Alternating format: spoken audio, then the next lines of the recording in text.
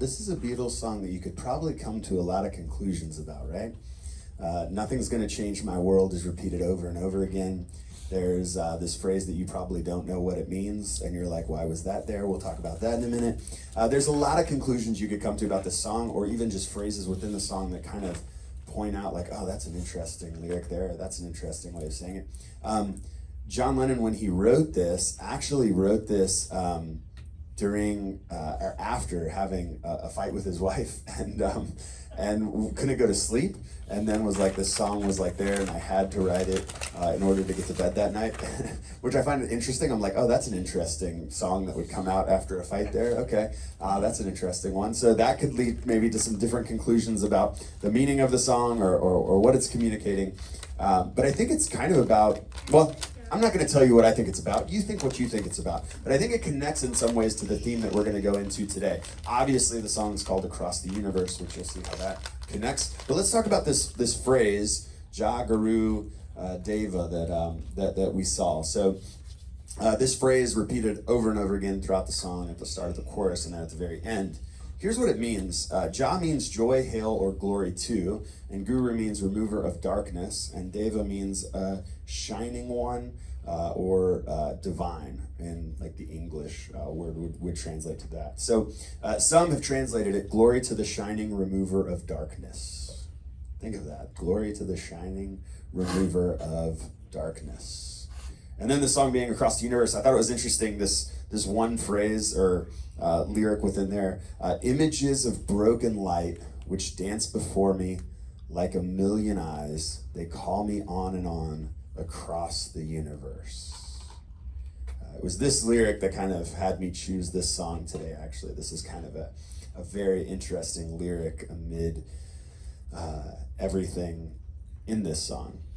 Now, we're gonna shift gears really fast. This guy right here, have you ever seen him before?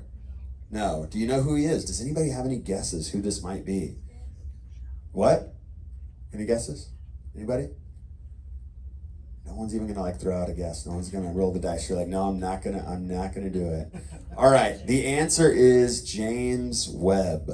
Does anybody know who James Webb is now? Anybody? Any guesses on who James Webb is? Telescope guy. The guy the telescope was named after. That telescope thing we've been hearing about all week. Yes.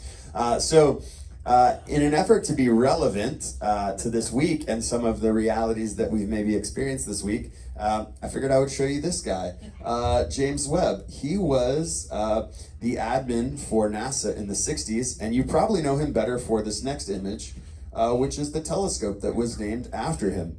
The telescope launched on Christmas Day last year, and we are just now starting to get images. And this week, many of them released, and you probably saw some of them. Quite honestly, they are something to be in awe of. Like, it's pretty amazing. If you haven't seen them yet, wow, you should have seen them already. I'm not going to show them to you. No, I'm just kidding. We're going to watch a video of a scientist explaining them, though, because I feel like I could show you them, but like, the vastness of these pictures and what they're representing, it makes my head hurt. I've heard a lot of people talk about like what they're like. There's one thing that they see that they say is like 30 billion light years away, and then the question was from somebody, well, if it's 30 billion light years away, but you're saying the universe is only like 13.2 billion years old, or whatever that is, like they're like, how can it be that far away if light takes that long to travel? And then they said, well, the universe is constantly expanding, so think of it like a rubber band. As it expands, it actually is bringing the light to us faster. So while it is that far away, that's because it's expanding and pulling it away, and you're just like, my head hurts. I can't do this anymore. Just show me the cool picture, and I'll make it my background on my screensaver. Like, and so for some of you, this is going to be like nerd alert, and you're just going to be like, oh my gosh. For others of you, you're going to be like, I love this, and others of you, your head's going to hurt. So we're all going to be in different places with this, but one thing I think it does draw out is just in awe about the universe. And so hopefully these next few minutes as you watch this video of the scientist explaining the pictures that we have seen, it might be something that just gives a reverence and an awe to the universe. So give it a watch.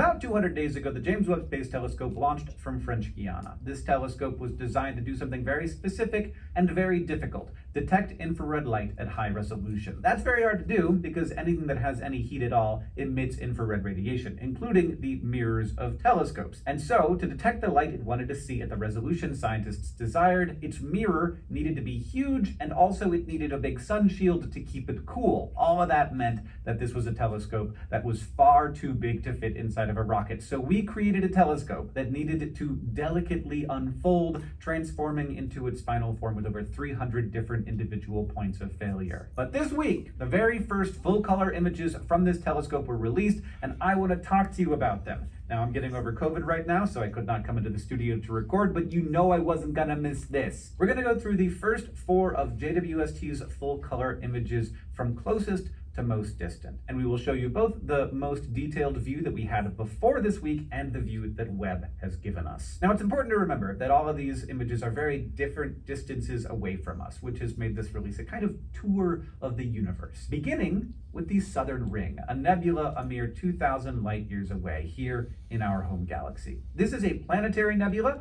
which is the 100% wrong term for these objects. They have nothing to do with planets, but because they tend to be round, they looked like planets to early astronomers, and the name stuck. They are, in fact, clouds of gas and dust that has been thrown off of red giants as they enter the end of their lives. You can actually see the different shells of gas that were thrown off of the red giant in this image. This one comes from the near-infrared camera, or NIRCam, which looks at the shortest infrared wavelengths. There's a lot of different infrared light, and astronomers generally classify it as near, mid, and far. And in fact, Webb's first 4 images are actually 7 images, because 3 of the first targets were imaged with 2 different devices: a NIRCam, which images wavelengths a bit longer than what we can see with our eyes, and the mid-infrared instrument, or MIRI, which delves deeper into even longer wavelengths. In the mid-infrared, light can pass through clouds of gas and dust, allowing us to see lots of stuff that was previously hidden. In the MIRI image from the Southern Ring, you can actually see the 2 stars at the center of this system. The dimmer one is a white dwarf now. It was once the red giant that threw off all of the gas and dust as it approached the end of its life, while the brighter star is at an earlier stage in its life cycle. The Southern Ring was also imaged by Hubble. This was by far the best image we had until this week. Here it is fading into the near infrared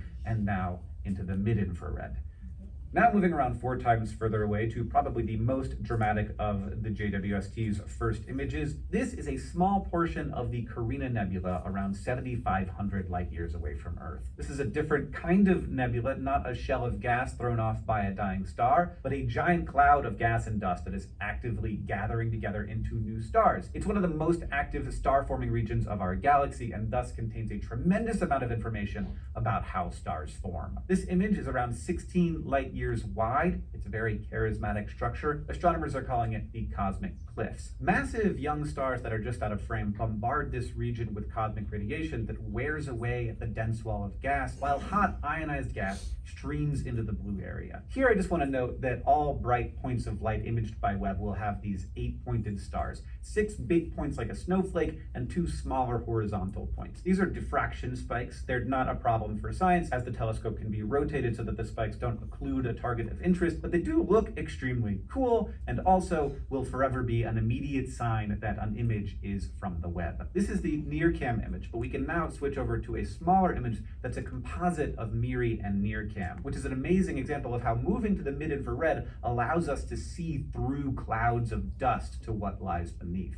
Hubble, of course, also imaged this area, and now we can show you the transition from Hubble's image through the NIRCam MIRI composite image into the pure NIRCam image. And man, I just can't stop looking at this one. Now it's time to finally leave our galaxy, zooming way out from 7,500 light years away to 300 million light years away. This is Stephan's quintet, 4 galaxies in a very tight local group, and 1 galaxy, the one on the left, that's actually in the foreground, only 40 million light years from Earth. It just happens to be in the picture too. But those 4 galaxies are the tightest galaxy grouping we have ever discovered. 2 of them are in the process of merging, and all 4 of them will merge eventually. This is the largest of JWST's first image, a composite of over 1,000 images. When all added up, it is 150 million pixels. And you can zoom in on just about any piece of this image and see not just those 5 galaxies, but literally hundreds, maybe thousands of others in the background. Transitioning to the MIRI mid-infrared image, we can see something immediately pop out at us. There is something very bright in that uppermost galaxy. That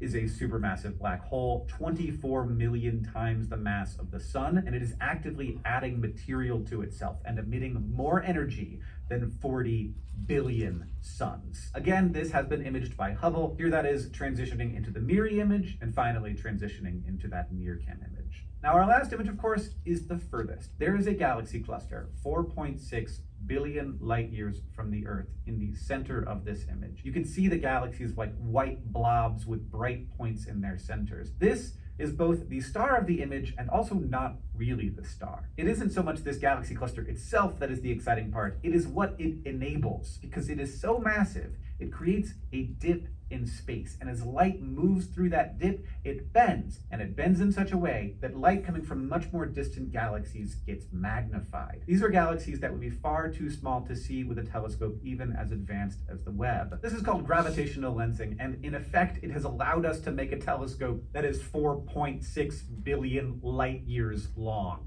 This is also a deep field image. There is not much space in this image that doesn't contain a galaxy, and some of them are very distant. And in general, because the universe's expansion stretches out light, making it redder, the redder a galaxy is, the older it is. This tiny red dot that we're zooming in on right now, you can see it right in the middle there. Yeah, I'm talking about that very insignificant little dot.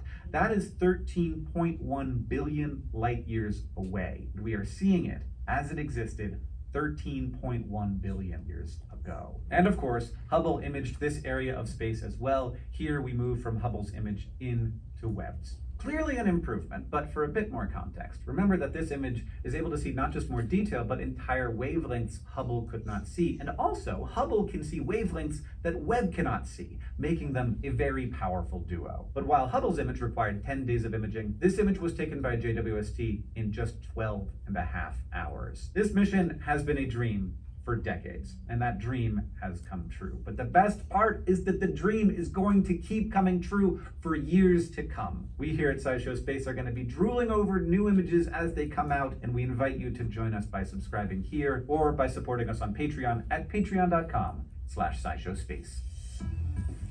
All right. Wow, right? There's so little we know about the universe. Which I think is interesting. It's an interesting position to be in because I feel like we often think we are so enlightened, right? Like when we read the ancient scriptures, we're like, we know so much more about the universe than they did. And then you watch something like this and you're like, actually, what do we really know? Like, that is crazy. There's something that's like, 40 billion times bigger than the sun out there. What? How does that work? I don't even know how that works, or whatever they said about how much bigger it was. It was massive. You're just like, how is that even possible? And then, like, you just look at all this space and you're like, that's a galaxy, that's a galaxy, that's a galaxy, that's a galaxy. It's like Oprah just giving out galaxies to the telescope, right? And like, you're just sitting here like, this is crazy. Like on one picture, we've got all these galaxies that within them are so infinitely complex. And then you're just at a certain point, you just get in awe of this. And it reminds me, how many of you guys have ever watched the movie Contact with Jodie Foster? Like whenever someone's like, is there intelligent life out in the universe? And then like, I think it's Matthew McConaughey's character goes, if not, it would be an awful waste of space. And then you look at this and you're like, yeah, that would be an awful waste of space. There's so much going on out there. And then you see this huge, that image of the cliffs, and you're just like, wow, this is like beautiful too. It's not just that it's like, wow, this is expansive and huge. It's like, it's beautiful. Like this image, like it just looks amazing. And I just say this to share that like, I think sometimes we get so incredibly focused on our own lives, what's happening in the here and now, that we sometimes don't pause to reflect on the grandness of the universe. And what I think is interesting is the scriptures, we see multiple times the writers of the scriptures going back to creation revealing God. And going back to like looking at the stars being almost a way that they connected to God. That the massiveness of the universe, the bigness, the grandness, the further we look out, like it actually was something that drew them closer to God. It was almost an act of worship, you could say it, to sit in awe of the reality of the stars. And so I want to read a few verses and make a few points, and hopefully it leads us to be in awe more frequently. Psalm 19:1 says this: "The heavens declare the glory of God, and the sky displays what his hands have made." Doesn't that verse hit a little different after you see those images? Like, it really does, doesn't it? And then there's, this point that I kind of make from that, which is looking up and out connects us with God. Like, when we look up and out, it connects us to God. Now, I also think what's interesting, which we're not talking about today, but I think it's also interesting that when we look like at the deepest, smallest cell on the cellular level, it connects us to God too. Something about science, I think, does reveal God and reveals something spiritual's happening, something more is happening. Like, maybe you don't follow like physics, but there is this reality now where we have like the ability to split atoms, and we have the ability to do this now even multiple times over. And there was this one study done where they had split an atom and they had put one on the West Coast in California and they had put one in New York City, and they changed the spin on the one in New York City and immediately it changed in California. And there was this reality that like these cells are connected, we are connected. And so as you get to the smallest of the smallest thing, there's this feeling of like, wow, something beyond our knowledge is happening here. Something like deeply mystical is happening here. Then as you look out in the stars and you have a scientist explain to you these images we're seeing of things we've never seen before to the depths that we've seen them, you're like, wow, there's something more here. There's something more going on than I could maybe ever explain. The beautiful thing about science is we're going to keep trying to find a way to explain it, right? And I think that's awesome. But what's also amazing is to reflect, if you're a person of faith, on how even this reality of being in awe of not knowing how things work is a way that connects us to God. That is like the Creator is at work in our world. And this is a cool thing to be a part of. All right, next. In Isaiah 40:26-29, it reads this way: "Look up into the heavens. Who created all the stars? He brings them out like an army, one after another, calling each by its name. Because of his great power and incomparable strength, not a single one is missing. O Jacob, how can you say the Lord does not see your troubles? O Israel, how can you say God ignores your rights? Have you never heard? Have you never understood? The Lord is the everlasting God, the creator of all earth. He never grows weak or weary. No one can measure the depths of his understanding. He gives power to the weak and strength to the powerless." Isaiah is connecting this reality of how infinite God is, how big God is, how big even the heavens and the stars are, to the fact that God gives us strength in our weakness. That like when we are in awe of serving a God that is that big, we can be reminded that God is for us. Looking up and out can provide us strength and power. Now, I'm not saying this in a strength and power dynamic where we are above somebody, but I'm saying when we feel lowly, when we feel small, sometimes we look out in the universe and we feel even smaller, right? But to know that God even knows our name, that we have multiple passages of God desiring to know us. It's like in the vastness of this universe, you would want to know me, and that God knows every star. I mean, the amount of, I would love to hear that scientist tell me how many like trillions of stars would represent that last image we saw, but my guess would be trillion doesn't even, it's probably a word we've never even heard of to represent how many stars would actually fall into that particular landscape. In Psalm 8:3-4, it says this: "When I consider your heavens, the work of your fingers, the moon and the stars, which you have set in place, what is mankind that you are mindful of them?" Like, why do you even know me? Why do you even give me the time of day? Human beings that you care for them? Why would you care for human beings, is what the psalmist is saying here. When you have your works happening in heaven, when you have your fingers on the stars, why would you even care for me? Now that can come across depressing, but I think it comes across affirming that God, you do care for me, even though you are that big. It is profound to have faith in a relational God. Let me say that again. It is profound to have faith in a relational God. If you believe God created the universe, if that's a belief system you have, and then you believe God is a relational God that wants to be in a relationship with you, that cares about you as an individual, as a person, those two beliefs, which by the way represent most of the popular religions, not just ours, okay? But those two beliefs that God is representative within the forming of the universe, and that God desires to be in relationship with you, those two beliefs are amazing. And I want you to literally, we say amazing all the time. I want you to meditate on the word amazing. It's amazing that God could be that big, that vast, and desire to know you. And not just know you. The psalmist also says, knows every hair on your head. This image of knowing you to the depth of your being, the deepness of you as a person, as an individual. That God desires to know you in that relational way. Yet is so vast, so expansive, so mystical when you look at pictures like this and you're like, wow, I can't even begin to understand God.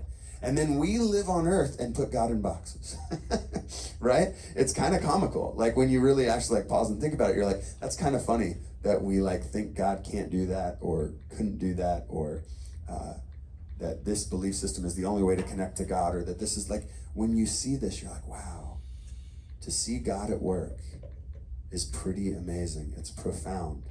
And it's profound to be in relationship with this God. So my point of today, and what I really wanted to get across today, was that I think we need to be in awe of God. Be in awe. We definitely, all of us, have the reality that we don't look up in the stars that frequently and meditate on what's beyond us. Because so often what is us is facing us right in the face. Right? I gotta go to work tomorrow. I gotta get to the gym. I gotta go to the park. I gotta pay my car bill. I gotta get food. I mean, there's all these different realities that are facing us that draw our attention away from being in awe.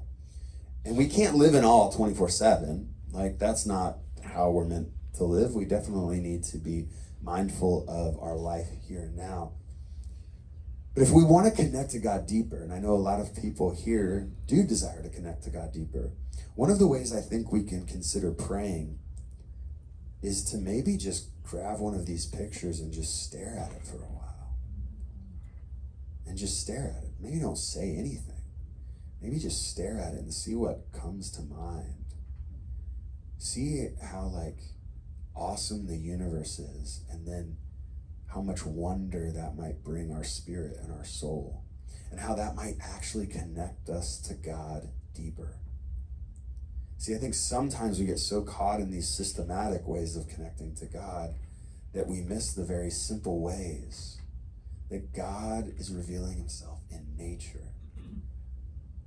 And that NASA decided to build a big telescope and give us a picture of nature, right? That's pretty amazing. And now we have access to that. Access in a way that can bring about some of that awe and wonder. And so let's not look away from it. These images are going to keep coming out. I think the image you saw of all the galaxies, that last one, took 12 and a half hours to take that image. I think it was 12 and a half hours. Again, I've been looking at all these images and reading all kinds of things, but I believe it was that image that took 12 and a half hours. And if you really think about it, we're going to be getting a lot of images in the next few days, because they can just keep taking pictures and keep publishing them. And all of these images are going to be amazing. And so stay tuned, keep looking for these images, and maybe create a prayer pattern that reminds you to be in awe, because that, in my opinion, can provide a profound connection to the Creator. It can place us in a place where we are oh man, things are going south at work. but I serve a God who's like still expanding the universe. So like my problem at work, God can handle that. God can meet me in that place. The world is falling apart, and I believe it as much as you do probably these days. And wow, we need X, Y, and Z in our world to be fixed for justice to happen in our world. And I can often look at it and feel like there's no way in hell it's going to change. Like, and then I look at these and I'm like, wow, but I mean, look what God's doing here. Like, if God can do that, God can do something here. Like, things can change. Like, new creation can happen. Something can expand right here and now if that's expanding over there in that way. And so I think being in awe can actually give us a lot of hope. And I think we need that in our world now more than ever. So I'm going to pray that God would meet us in this space as Kaylee and James come up to sing some more for us. Good and gracious God, provide us with a sense of wonder and awe as we look in your creation. And not just out into the stars, we can be in wonder and awe right here and right now. You have placed so much beauty and goodness all around us. But even as we look out in the stars, it reminds us of how big you are, how great you are, how powerful you are. And not that you're powerful in the way that you lord it over us, as some of us have been taught to believe about you, God, but that you are powerful and that you want to be in relationship with us. You care about our circumstances. How silly it is that this universe is still expanding 13.1 billion light years away, and you care about us? That's wild. That you care about our drama at work with the person who shares the cubicle next to us? How is that possible? Well, it's that reality that is profound. It's that reality that often even requires us to have faith that you are there for us, that you are working on our behalf, that you care about our circumstance.